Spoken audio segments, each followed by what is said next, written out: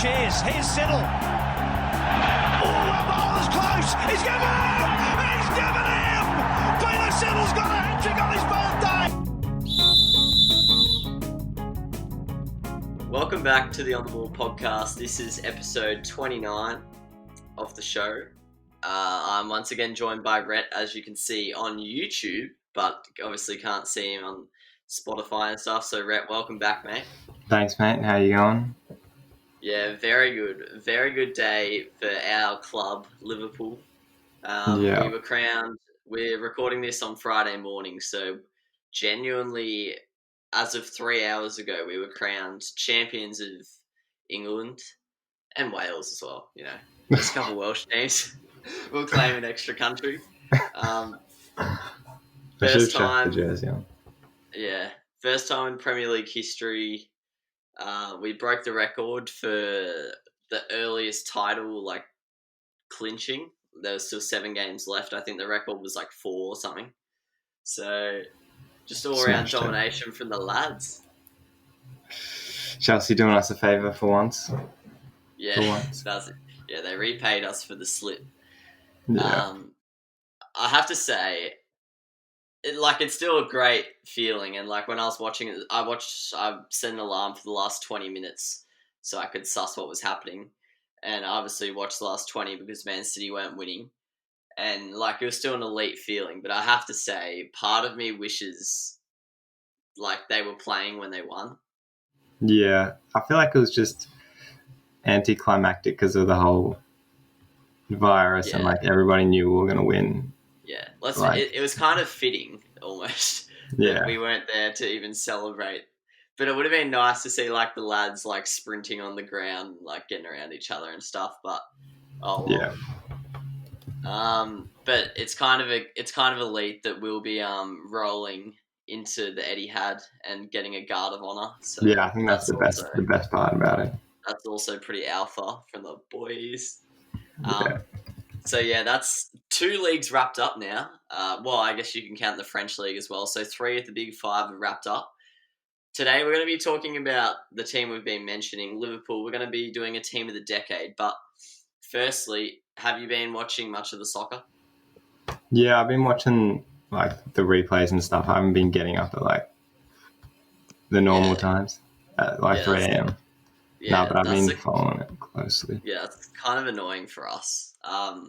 It's because their games are during the week they're after school and work hours. Yeah. So for us, it's 3 and 5 o'clock. So we can't really watch any unless we just destroy our sleep patterns. Yeah, exactly. Yeah, no, I haven't really been watching anything but mini matches. Yeah. But in terms of the other leagues going around, I haven't caught too much, if I'm honest. I watched Atletico Madrid play a couple times, and I actually haven't watched any of the Serie A yet. But I'm just looking at the tables now. Real Madrid and Barca are tied at the top on 68 points, so that's pretty exciting. Yeah. I think Barca drew to Sevilla the other day, which allowed Real Madrid to get back into it. And then in the Serie A, there's still 11 games to go in the Serie A, which is pretty random. Yeah, I think because they cut off early because the virus spread there super fast. Oh, that makes sense, yeah. Lazio lost this morning to Atalanta. Actually, that might have been yesterday, but I don't know. Now they're 4 points back on Juve, and Inter are 8 points back because they drew with Sassuolo yesterday. So shit. It does look like Juve is going to get away with that one, but there's still 11 matches left, and 4 points isn't much. But I don't know if Inter can win, if I'm honest, which is probably annoying because they were probably more of a hope than Lazio, I think. Yeah. Yeah, for sure. Chelsea's win this morning is actually not only great for us, it's pretty good for them. They're now solidified at 4th. They're 5 points ahead of United. So that'd be a pretty amazing feat for Frank Lampard if he can get Champions League, in his first year, but also with a transfer ban. Yeah, I agree. I think they've looked arguably the best team since we've come back. They've looked pretty good, I reckon. Yeah, it's true, yeah. We looked pretty average in our first game, and then City, they've looked good in possession as always, but they haven't really been able to get clear-cut opportunities. And then Leicester, they look a bit whack, if I'm honest. Yeah, they didn't look great in their last game. I think they looked pretty average. They're kind of just passing it to Madison and just going like, "Go Just have score, a pin. son," Yeah. which you can't do all the time, unless Ben Chilwell will just keep scoring screamers from left back. But Yeah, that was the biggest fluke of his life. So Wolves are also in that race of fourth, which is pretty impressive on their part. They're tied at 49 with United, so I think Chelsea might have fourth wrapped up, but there's still 7 games to go, and you can easily track 5 points down. So I think they've still got to play. They've still got to play us in a couple of games, 2 games maybe. Chelsea, are we still got to play them? We don't play them in their next 5.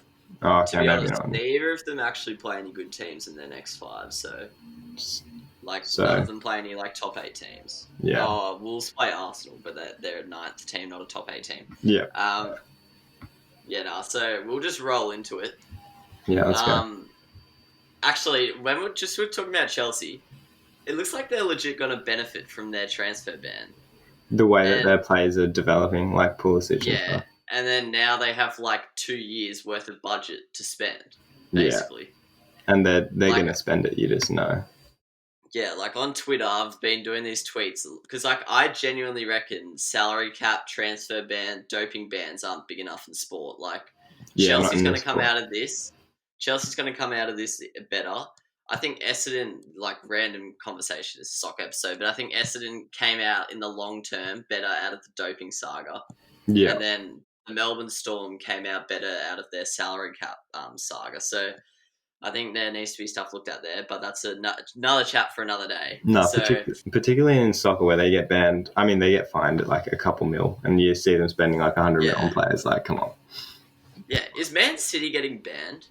I think they're just going to fight it. Yeah, I think they're fighting it right now in the courts because that could mean United or Wolves get in either way. So we don't know what's going to go on there. So let's roll into our team of the decade. I think it's going to be pretty similar, I have to say. You were saying, this is going to be a pisser, we're going to have the same team. And I was like, I don't think so. And then I've picked it, and I've gone, yeah. Yeah, look, Mac's got 3 different players here. Yeah. I was trying not to just favour this current team, but, obviously it's the best team we've had because it's the only team that's gone on and won titles, basically.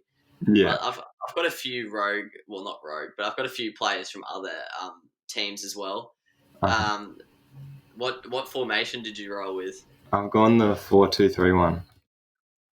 Nice. I went the 4-3-3 just because that's what we've been playing the last couple of years. Yeah. So manager Jurgen Klopp, just to point out, best manager in the world right now. Yeah, by far. By far. Yeah. And then his second in charge could be Brendan Rodgers. He was actually pretty decent for Liverpool. Yeah, he just fell off a cliff after his. Yeah, I feel like he was a bit over criticised almost. Because if you take away, so Jurgen Klopp came in October. If you take away that start to that season, I think he had a 60% win percentage or something, which is 5% less than something like that. That's pretty insane. Because he has low 50s at the moment, now that he's finished. So I think if you take away that really bad 2-month period, I think he would be up there close to 60. And then Jurgen Klopp's is 65, so he's legit not that far off. I'm not saying he's as good as Jurgen Klopp, but I think he's actually a good manager, and he's shown that with Leicester this year. So that'll be my 2 boys. Sorry, Roy Hodgson and Kenny Dalglish. Both a couple years from carking it, I think. All right. Well, I think we'll start back to front. So goalkeeper, who've you got, mate? Karius. I'm just fucking with you. I'm going with Alisson. Alisson? Yeah. Who have you gone with? This is one where I think this will be the only thing I've different. I went with Pepe Reina. Yeah. I think Alisson, if I had to pick one, in their prime time at Liverpool, in terms of just to play one match, I'd probably pick Alisson because he's I think he's a better keeper. But Pepe Reina played 43 more matches, so it's effectively a whole nother season. Yeah. And then I was just looking at some simple stats. So I was looking at save percentage. So this is out of all the shots on target they face, how many they save. and Pepe Reina's is actually 30%. Meanwhile, Allison's is 21% and Mignolet's is 20%. So, like, that's a pretty good effort from Pepe Reina. Yeah. No, it's a bit yeah, Allison probably has more clean sheets, like a better ratio. He's got 33 and 60, where Reina's got 40 and 103. But I think you can put that down to Virgil van Dijk as well. Yeah. But and you gotta chuck in the 1 assist for Allison as well. Yeah, true. Can't discount it. Yeah, that's actually a good point. Pepe Reina, well, no one in world football, I don't think, has the distribution of Allison. But yeah, no, that's a fair call. That was a pretty tight one. Also, Mignolet, he was a clear third. But I have to say, I think similar to Rodgers, I feel like in reflection, people just look at Mignolet's errors. But he actually produced a lot of great saves. I remember him saving a lot of penalties as well. Yeah, and he kind of played in between the two peaks almost. Like, I'm pretty sure he was actually the keeper in the season where the slip happened, but like after that season and before Klopp came in, we like had a few off years. Yeah. Well, that was not long in between, but like a couple years into Klopp. And so he was playing with a lot worse defenses. Like, he was copping Lovren. I can't even think of who would have been the other centre backs, but yeah, he was dealing with a lot of crap. And although he made more howls than Pepe Reina and Allison, I do think he is just a bit of a meme for no reason, really. I actually think he's pretty good. I think he's a pretty good goalkeeper. Especially when you compare him to Karius, you're like, nah, that's what a shit goalkeeper looks like. Yeah, legit, yeah. So that's, well, I was going to say that's pretty easy, but I guess we're going with different players there. But pretty much a flip of a coin, I'd say. Yeah, for sure. Both great goalkeepers. Now we'll roll on to left back. I didn't actually think I was going to pick this guy because he didn't play too many years with he hasn't played too many years with Liverpool. But yeah, I've gone with Andrew Robertson. Yeah, I've gone with him as well. It's like he's only played maybe I think less than 100 games, but and you check his competition, the likes of A. Moreno. Yeah. Jose Enrique and Alberto Moreno, they're like the next two, and they are nothing special. Yeah. So Alberto Moreno was shit. His first year, he was okay, and then it just went off a cliff from there. Yeah. Like, he was one of those players who was just known for, when Liverpool were known for making defensive errors, he was just the scapegoat every time. Yeah, I remember that Europa League final or whatever, where he just had an absolute shocker. It was either that or like a semi-final or something. Yeah, there was one match where, he just had like 3 or 4 errors and arguably just cost us the match. But yeah, so Robertson's only played 3 seasons, as you were mentioning. I think just under 100 games. Yeah. But by far superior to Jose Enrique and Alberto Moreno. Yeah, I'd agree. Enrique, he was okay. He was just like a solid player, nothing special. Then Moreno, he was a left winger pretending to be a left back. Let's be real. He was actually pretty good.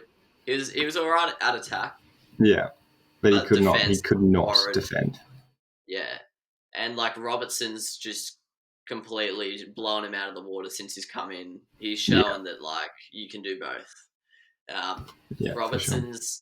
Robertson's got 24 Premier League assists in 3 seasons, which is pretty insane for a fullback. Yeah.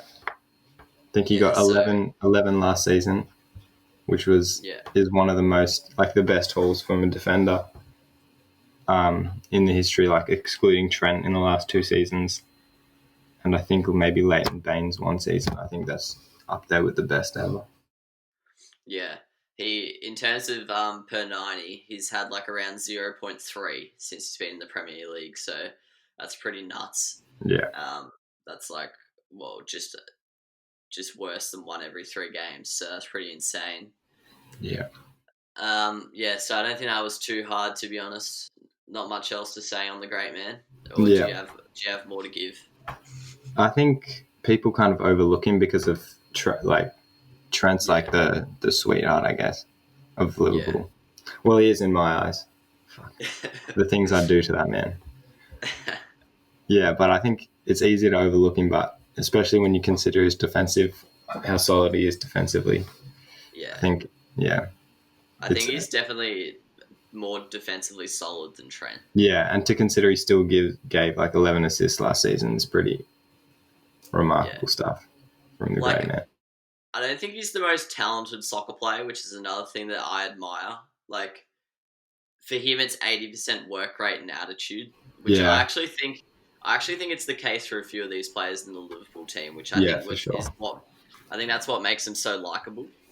Yeah, but I feel like Klopp identifies their strengths and they just play to them like so well. Yeah, like he doesn't ask Robertson to dribble or to spend too much time on the ball. He's either crossing or he's using his pace to like create space and stuff like that. So I think he just uses his strength, and his IQ as well is pretty good, in my opinion, I reckon. Yeah, he's probably arguably my favourite player, like, because he's Scottish and I'm like half Scottish or whatever, so I love that. And then also, like, I've played a fullback when I've played soccer, so yeah. Although I was on the other side, I still you still kind of admire the people who play in your position. Yeah, it's uncanny, the likeness in the playing style.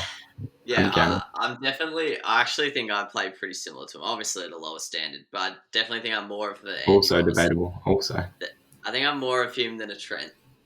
I think Trent's a bit silkier than me. I'm a bit of I don't think I'm that naturally gifted at soccer. I think I kind of just shithouse my way through it. Oh, that's harsh. Your crossing is gifted. Well, I don't know. I feel like Robertson wasn't great at the start of his time, but he's developed it. Whereas Trent just pings them in from 40 out, puts it head hard in the penalty just spot, pinging 60-yard passes. Yeah. Oh. Should we just go to the right back? Yeah, I think so. All right. So this was another one where I didn't think I was going to pick him. I had no doubts whatsoever. Who's the first name on my team sheet? I was saying to Pilch the other night, who's a friend of the show, always on the podcast. I was saying there's a lot of things that happened in like 2014, 15 that I thought happened in like 2017 and 18. Yeah. And it just kept popping up in the stats. Like Emre Can playing for Liverpool in 2014. Like I thought he at the earliest played in like 2016, and then Trent's only really been playing for 2.5 years. Yeah. Which is pretty crazy. But the things he's done in those 2.5 years, I think not many players ever have done in their first 2.5 years in professional football, I'd say. Yeah. So he's played even less games than Andy Robertson, I'm pretty sure. Yeah. I think he has played, 57, 65, 75 matches so in the Premier League. But his assist levels are even more stupid. So in his first 18 matches, he only managed 1 assist. But then in the next 57, he's managed 24. So he's going at just under 1 every 2 matches, which is just insane. Yeah. And as we saw yesterday in Liverpool, 2 days ago, or whenever it was, in Liverpool's big win against Palace, he's one of the world's best free kick takers. Yeah. I think he's only going to get better as well. Yes. So when you combine his goals and assists per 90, he's basically exactly at 0.5. So for a fullback who's pretty decent defensively, I wouldn't say he's the greatest. I'd say a Joshua Kimmich or someone's better defensively. Yeah. But anyone who's doing goal involvements every second game, let alone a fullback, you are snapping at. And he's only 21, so it's pretty scary how good he's going to be. Yeah, for sure. And I think everyone talks about him moving into like midfield and stuff like that. But unless Liverpool sign it or develop another fullback, I think the way he can impact the game from fullback, I reckon he'll end up just staying there and Liverpool just sign better midfielders. I don't know what everyone's obsession is with this in sport. Like, yes, a midfield role is more like pivotal to a team usually. But in this formation, a fullback's arguably more pivotal than a centre mid. Yeah, for sure. The midfielders, the fullbacks in the Liverpool system are way more important than the midfielders. Like you see the way the midfielders are able to like rotate. Anyone can play there basically. Yeah, and like if you're killing it in that position, why change it? If it's not broken. Yeah, I can understand if like they could see his potential, and he wasn't like being able to deliver on it, but he's like more than delivering on what he's able to do. So like, I guess you could argue Joshua Kimmich's done the same thing, and it's worked well. He looks pretty well suited to CDM, but I think they're different kind of players. Like, yeah, for sure, they have different skill sets, I think. Yeah, I think Kimmich's more like a gritty breaker down of play, so he's more suited to CDM, where Trent's kind of just like a silky player who I think actually favours space on the outside. For sure, I think he needs the space. Yeah. Like, people compare him to Kevin De Bruyne, but like, his passing and like range of passing is similar to Kevin De Bruyne, but nowhere near the intricate like dribbling and technical ability, able to receive it in tight spaces. I don't think he's anywhere like Kevin De Bruyne in that sense. It's just the way he passes the ball, I think. Yeah, like I don't know what in every sport this happens. Like in footy, if you're a great small forward, it's like get him in the midfield. In cricket, if you're like if you bat at 6, like Steve Waugh, there's always a push to get you at 5. Where Steve Waugh actually stayed at 6 and now has one of the best career records ever. Like, I don't know. There's just an obsession in sport with trying to always like push people into different things, which is strange. But just play your role, son. Come on. Yeah, like just do what you're good at. I'm just looking at his record: 86 appearances, and he's only had 6 losses in those 86 appearances. That is insane. That's silly. Yeah. And then the 2 other contenders for right back, they don't boast that record. I know that for a fact. They're probably possessing losses to like Birmingham City. Glenn Johnson was my backup, and then a close third was Nathaniel Klein. A close third? Oh yeah, as in second and third were close. Yeah. Equally average. Yeah, both just standard players really. Klein only played 2 seasons, I think. He was pretty sloppy, just fast. And then Johnson was basically just your standard fullback, really. Yeah. Like, offered not much in attack at all. Just like basically Cedric Suarez levels. Just levels of average that you would not believe. Yeah. Yeah, who's that Crystal Palace right back? Like Martin Kelly or Joel Ward or something. I get confused between. I think it's Joel Ward, but he's injured. Just like white blokes with basic names. Yeah. So moving into centre back, I don't know if this was this an easy choice for you or no? Well, I think Virgil was the easy choice, but the other one struggling with. Who have you gone with? Well, first of all, I keep saying this. I didn't think I was going to pick Virgil going into this, given the fact that he's only played 2.5 seasons. But I was chatting to Pilch last night, and I feel like I like doing this, but I feel like you can't favour like someone being average for 10 years than someone being great for 2 or 3 seasons. Like, I don't think you can do that. And so Van Dijk's not just being great. You're saying that you should pick the person who's been good for 2 seasons?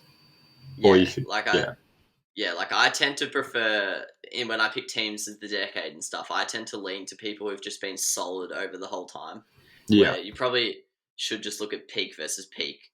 But, I could resist picking Virgil van Dijk. I'm happy to say he's comfortably the best centre-back in the world right now. Yeah, I don't think many people would disagree with him. Despite all our talent in the forward positions, I'd probably say he's the best Liverpool player I've ever watched. I don't think anyone, if you took them out, would have such an impact. Yeah. So there's probably players who you'd argue are better, like Steven Gerrard, Coutinho, Mane, Suarez, Salah, anyone, Sterling. But Van Dijk, I think if you took him out, I think our team goes back to being a 3rd or 4th contender.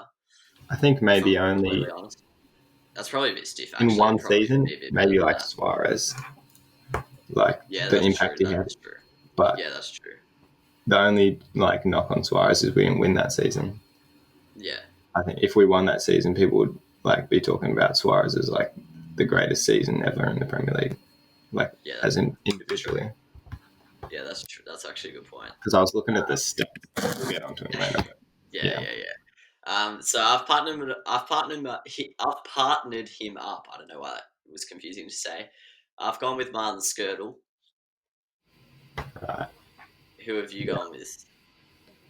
Like, I was struggling because, like, I was looking at, like, some of the modern ones and I was like, Gomez is, like, just not played enough. And then I thought Carragher might have played, but he just hasn't played.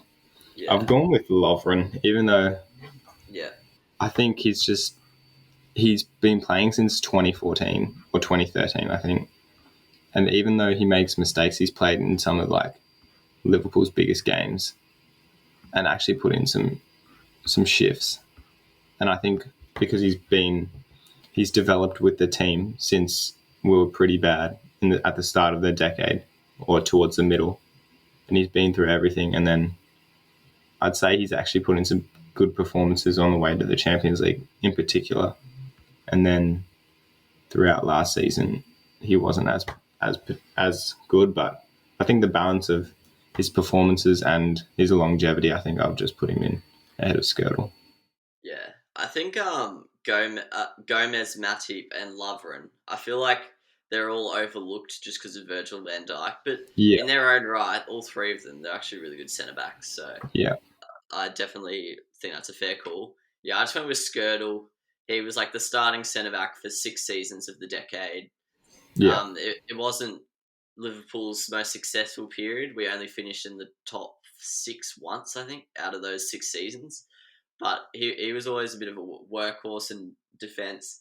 He was like a big guy, scary dude, bit loose at times, could lose his temper, but no, he was pretty good.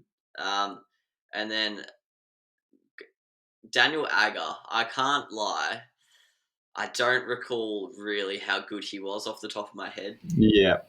Like, I know Skirtle's better than Agger, but I can't really remember how good Agger is, so I just couldn't really do much with him. So I've chucked him as my backup, but yeah, Lovren would be there or thereabouts. Yeah, so, I think I'd agree. I think the only difference is I think maybe Skirtle's level might have been higher. I mean, yeah, it might have been a tad higher, but I think he played in a team that was so much worse. It's like hard to quantify how good he was compared to Lovren. And if you compared like the clean sheets and stuff like that, I'm sure Lovren's way higher. Yeah, I'm pretty impressed though looking at his stats. He's averaged like over 60 passes a game basically since Klopp's come in, which is pretty impressive. I think no one talks about how good he is on the ball, but I think he's pretty underrated compared just because he's next to Van Dijk. Yeah, Skirtle definitely does not possess ball playing ability. Yeah. And like, although this isn't for Liverpool, another thing to show Lovren's level, like, although he kind of ruined it by just going on a rant himself, he was actually really good in the World Cup for Croatia. Yeah. Like him and Vida at centre back, they actually, even though they're both kind of mythical, they were pretty elite and a big part in why Croatia made the final. Yeah, I think that shows his ability more than anything he's done at Liverpool, to be honest, because people are always going to just put it up to other people because he's also one of the people who gets scapegoated for like Liverpool errors and stuff like that. Yeah. But I think that showed that he actually does have ability. Yeah, and he's one of the Southampton old boys. Yeah. one of the 30. We're doing another episode in a few days where we're going to talk about how this Liverpool title winning squad was built, basically. So we'll go through that Southampton raid more. Yeah. There's half our friggin' teams from there, so it's definitely worth a mention, but I don't want to go into it too much now. Yeah. We'll save it. Keep them on edge. So you've got a 4-2-3-1. I won't lie. My formation's pretty similar because I've got an attacking midfielder, which is basically your cam, and then my wingers can move down. So we'll start with our 2 defensively minded centre mids. I'll be honest, I didn't even look at stats for this. Probably 2 of the biggest club legends of the decade. Yeah, I think we've gone with the same people. Yeah, Gerrard and Henderson. Yeah, definitely. Yeah, I think it's easy just to pick Gerrard just because he's a big name, but if you actually look at like how many games he played, even as a centre mid, his goal record is pretty silly. I'm looking at he scored 13 goals and 14 assists in that slip year. Yeah, that was what I was looking at. I think he moved and he was playing just behind to be fair, 10 penalty goals, but You've still got to put him in. Yeah. And 2 free kicks as well. 14 assists as well. That's like Kevin De Bruyne levels. Yeah. I'm actually looking at that. 10 penalties and 2 free kicks. So he's put in 1 from open play. It's genuine Harrison Kane. Yeah. But that's Harry Kane in the World Cup. Still picks up the golden boot. Well, that's actually... I don't know if he missed... You can't see if he missed any penalties, but I'm going to say he didn't. He missed 1. He missed 1. Oh. He missed 1 in 4 of the 5 seasons he played, so he's actually rubbish. Yeah, so you could probably argue that he doesn't deserve to be in it because he hasn't had the success of the likes of Gini Wijnaldum, Fabinho, Milner, but he's just better than them, let's be real. Yeah, and I think his mix, like, I don't think either of, like, any of those players have been able to hold down a position in the team for more than 3 seasons. Yeah, and they're part of like a 5 or 6 man rotation. Yeah, and this if is they a were one-man really that side good, right here. If they were that good, they would have held down a spot. Yeah. And like his assist numbers, obviously his goal numbers are inflated by those penalty goals. But yeah, in these 5 seasons in the decade, he had 3 seasons where he had 5 or more assists. In the space of 2 years, he had 23 assists, which is pretty insane. And these other midfielders would have nothing like that. You could probably say it's because now we depend on the fullbacks to get the balls in. Yeah. Whereas back then, Glenn Johnson and bloody Jose Enrique, they're not doing much. So it's got to come through the guts, but they've still got to do the assisting. So Stevie G, I don't think that's too difficult. No. And then Hendo. I'll be honest, when Hendo first came to the club, I was not a fan at all. Yeah. Till about 2016-17, I thought he was useless. And like, I thought he was just one of those blokes who would just get picked just because he was like a leader, but he actually didn't offer much. Yeah. But in the last 3 or 4 years, he's gone to another level. And now he's like arguably the best midfielder in the Premier League. Like, he's probably not the very best, but he'd be in the conversation, I'd say. Yeah. And I think people are recognising it because, like, they want to see England perform, and I think they can see that he's the best that England has at the moment, for sure. Like, people were talking about Declan Rice, Eric Dyer, but you see some of their performances, and then you see Henderson play, and you're like, these guys are just on a different... They're not on the same level as him, I don't think. Not just yet.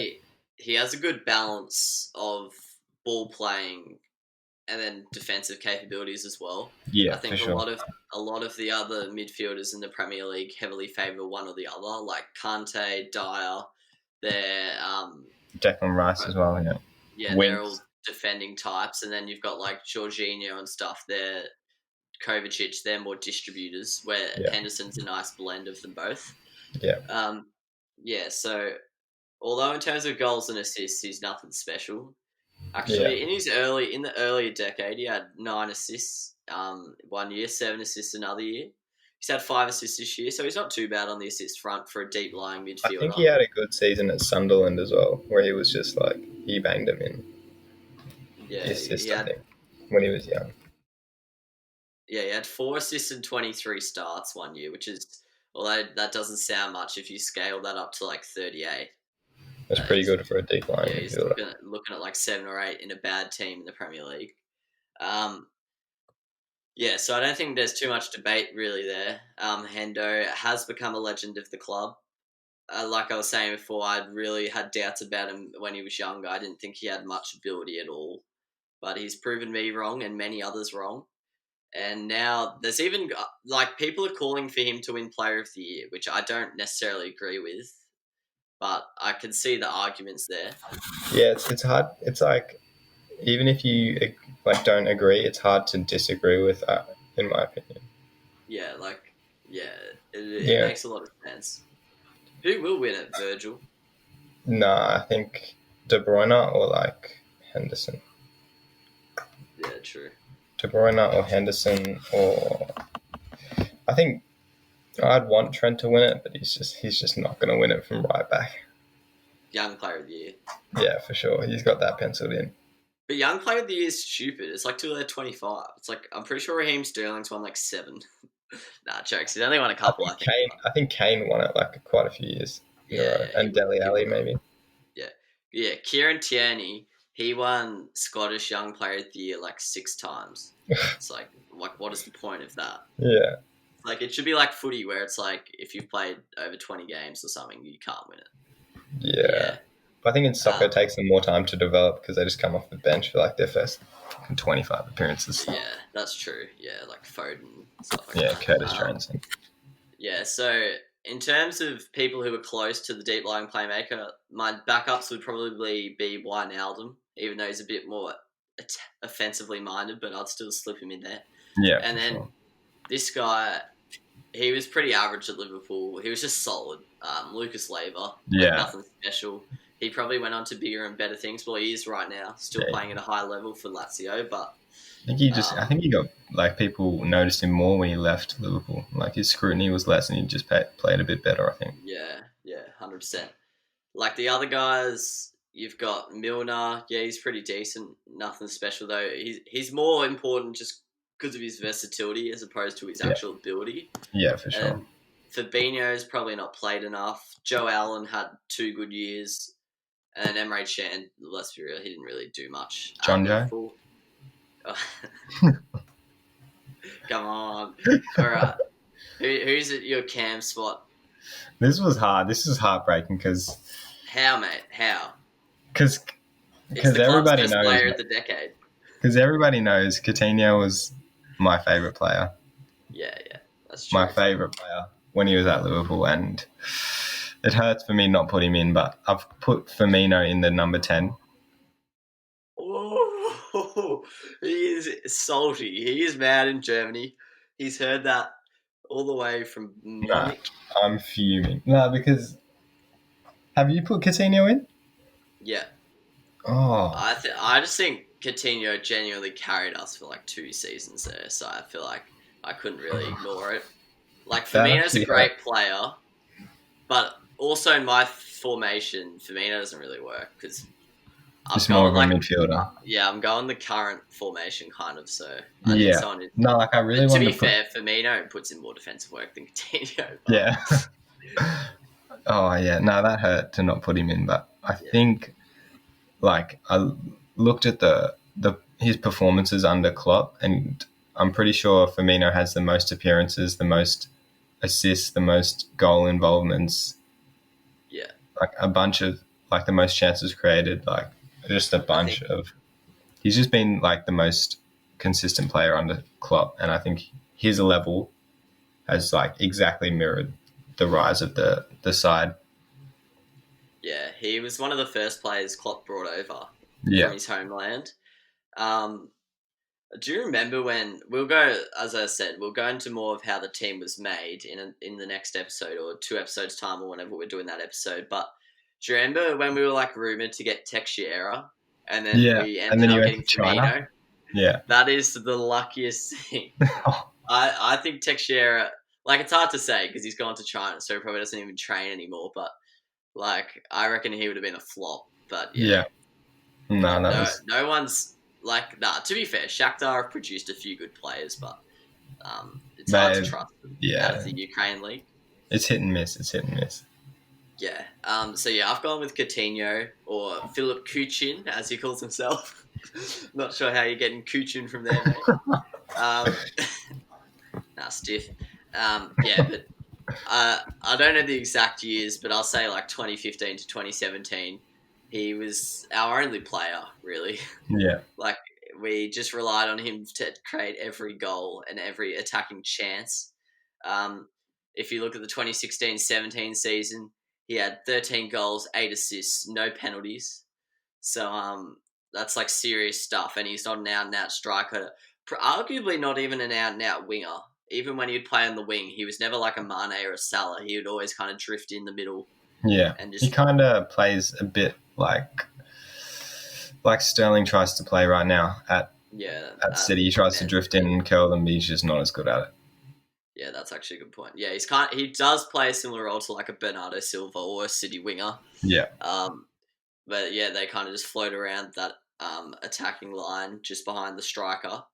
And so he put in absolute bits. Even all the way back to 2012-13, in 12 appearances, he had 3 goals, 6 assists. Yeah. At the ripe age of 20. I actually remember watching his debut, I'm pretty sure. Mm-hmm. He got subbed on and he had like his little curly hair. I was like, who is this bloke? But he absolute star.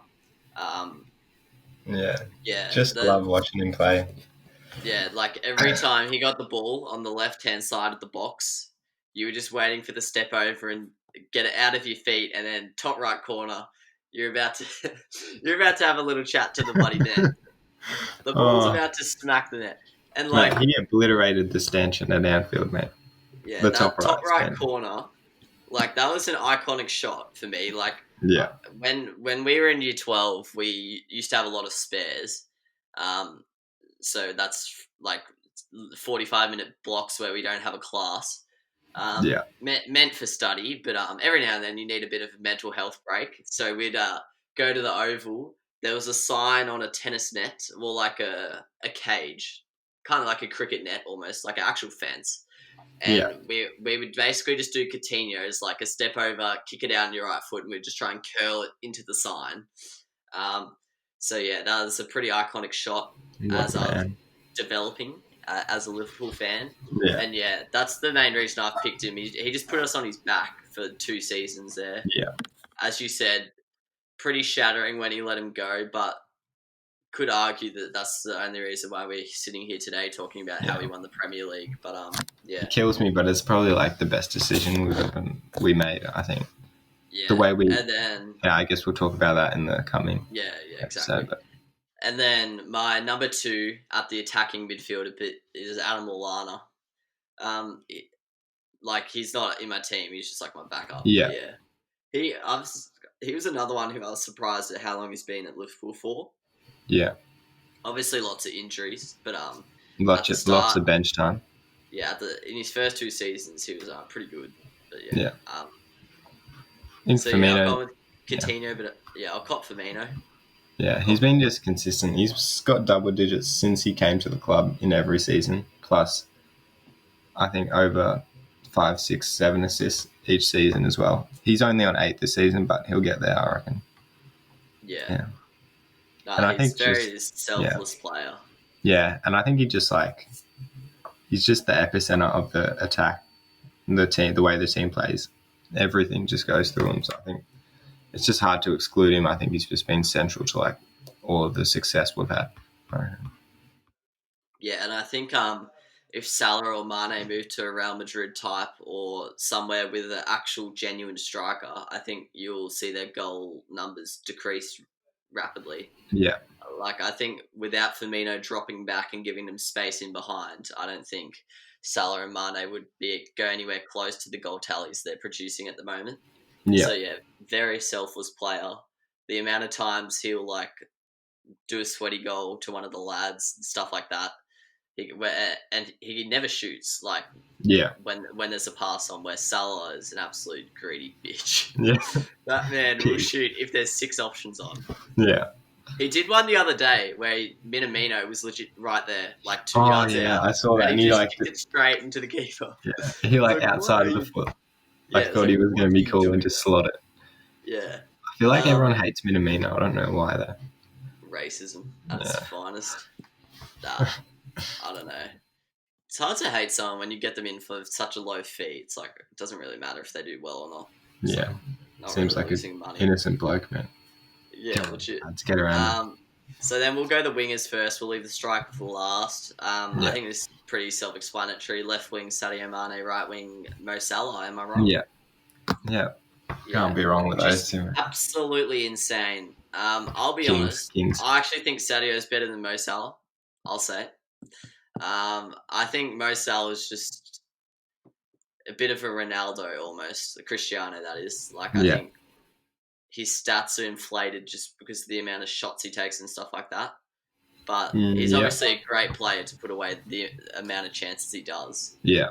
Where Mane, he's just not as much of a team player as Firmino, but he still like sacrifices a lot to give others chances and stuff like that. And I think he's just been so consistent, Sadio Mane, where Salah will be the one to get the hat-tricks and stuff, but I think Mane is kind of always just there.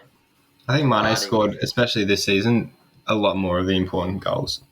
Yeah. I think there was a patch like where Salah didn't score for like maybe like 7 games. Like it was quite a long time he didn't score.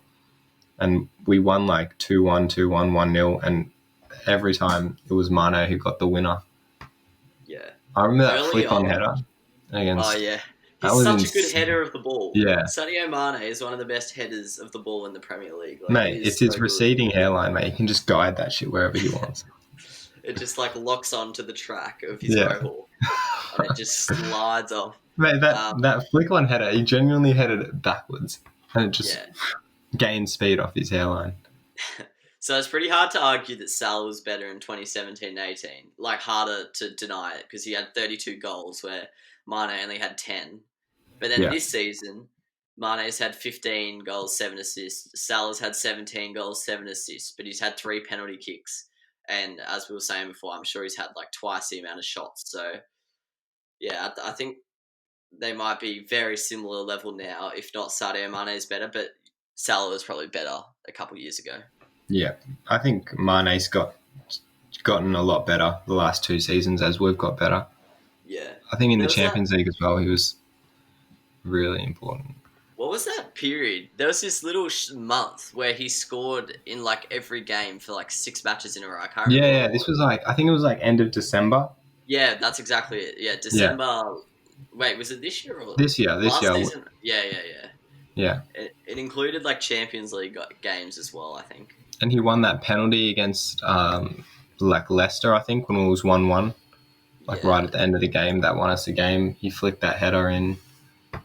I don't know. There was a few more, but he just clutched in that time, and that really separated us from City. And I think after that little period, we were already clear of the title, and then Salah started scoring again. It's like cheap. Get it in ya. But yeah, he was another Southampton boy, Sadio Mane. He came from Salzburg before that. Salzburg are a seriously underrated talent producer, just quietly. Yeah, if I was any team, I'd just be looking to get those guys out. And then Salah, obviously, famously played a couple of years at Chelsea before going to the Serie A and coming back. Arguably one of the best signings I've ever seen in world soccer. I don't think anyone has had that impact off the ground running. But once again, we'll probably talk about that signing and other signings in the episodes to come.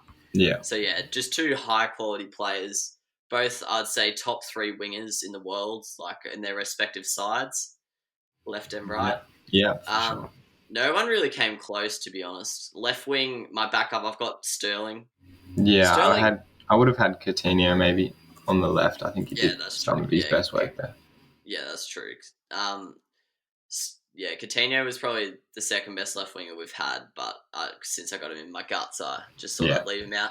Yeah, Sterling, he was weird. He was like nothing special at Liverpool, but you could kind of see there was genuine raw talent there. Like he was always had blistering pace, so good at dribbling, stuff like that.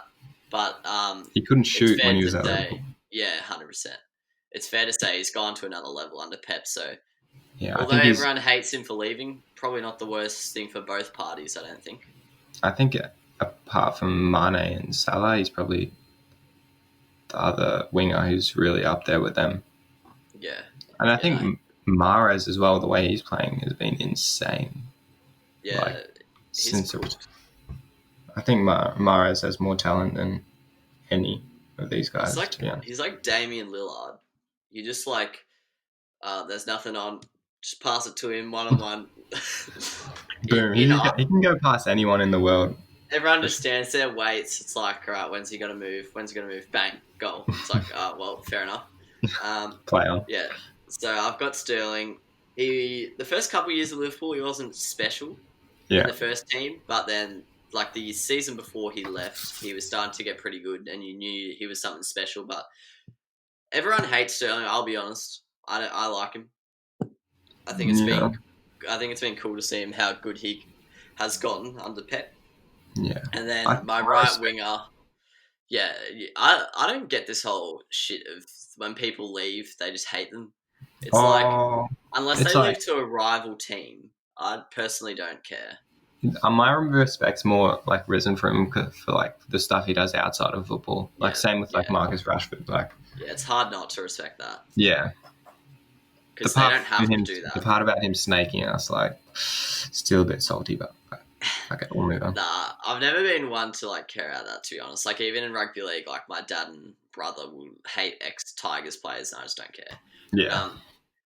at right wing, there's not really many options really. I just picked Dirk Kuyt. He was pretty good actually. He's some of my earliest Liverpool memories. Didn't he Him and the put a hat boys. trick in against United? Maybe. I don't know if I'm honest. Like I don't know off the top of my head, but yeah, he's actually scored a lot of handy goals. He was a crafty player. Yeah. Similar to Andrew Robertson, he wasn't the most talented, but just a workhorse. Yeah. And yeah, special shout out to Stuart Downing, absolute legend of the game. didn't quite get a mention in the final ratings, but yeah.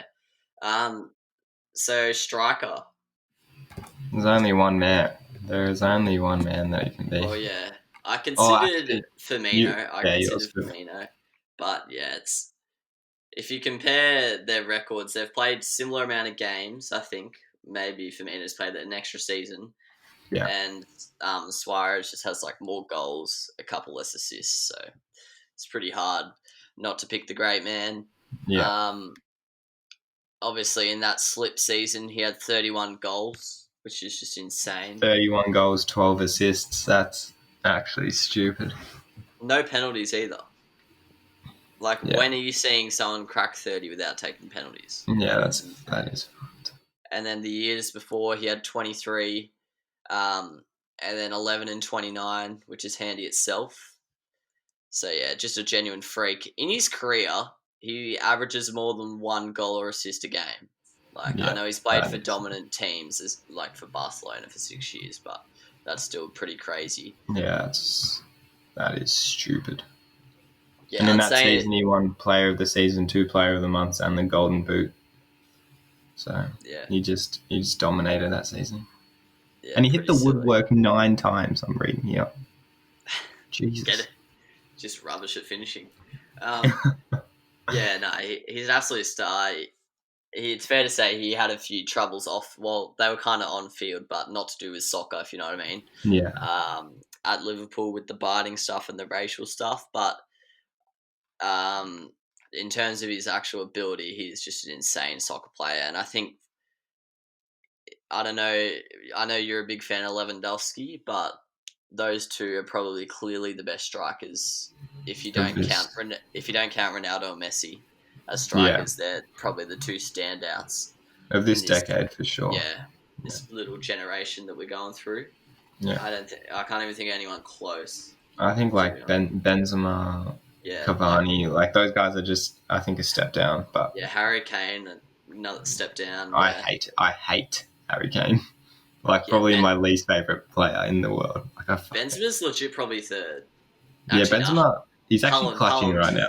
He's actually clutching right now. Haaland, half a season, he's the Lord. Yeah, but interesting about Suarez. I don't think I'll talk about this in the episode to come, so I'll just mention now. He came from Ajax, but before then, he came from a club called Groningen. And Groningen also produced Virgil van Dijk, and they produced Daley Blind. They produced Ronald Koeman. They produced Dusan Tadic. Like, I don't know what this club is. I don't know what but someone. They produced Ian Robin. Like, and this club has never won a championship. So, like, it's not like they were good 20 years ago and now they're just bad. Yeah. Philip Kostic. Oh, he's clutching right. He's good right now. Yeah, genuinely. So I don't know much about Groningen, but they're doing something right. Someone go get your scouts out there, lads, because they are doing bits. But yeah, that's pretty much it. Our teams were pretty similar. A couple differences, probably more than I was expecting, if I'm honest. So I guess I'll take that. And so next episode, Rhett's coming back on again. We're going to be bringing on one of our, as they would say on the Australian cricket documentary, one of our more rare friends, one of the more rare units going around. He'll be coming on, and we'll just be having a general chat about cricket. And then I'm not 100% sure, but I think the episode after that will be the one where me and Rhett go through like a timeline of how this team was built and stuff like that. So looking forward to those episodes. If you're still listening, get around us on social media. Please follow the Instagram or subscribe to the YouTube if you haven't. And yeah, that's pretty much it. Have you got much planned for the rest of the day and the weekend, Redos? Just got work tonight, I think. Probably take the dog for a walk. That's about it, mate. Chilling after exams. Big chilling. I've got my debut exam this afternoon. Oh, what time? Well, 2:00. Oh, fuck. Cop my priorities. Oh, my God. I've been not grinding, but I've been studying hard for the last 3 days. So I thought a little chat in the morning, followed by a couple hours of study, will be a decent formula for success. An absolute porking. Yeah, so... As our good mate would say. Yeah, I'm looking forward to it. So thanks for coming on, mate. No worries. As always.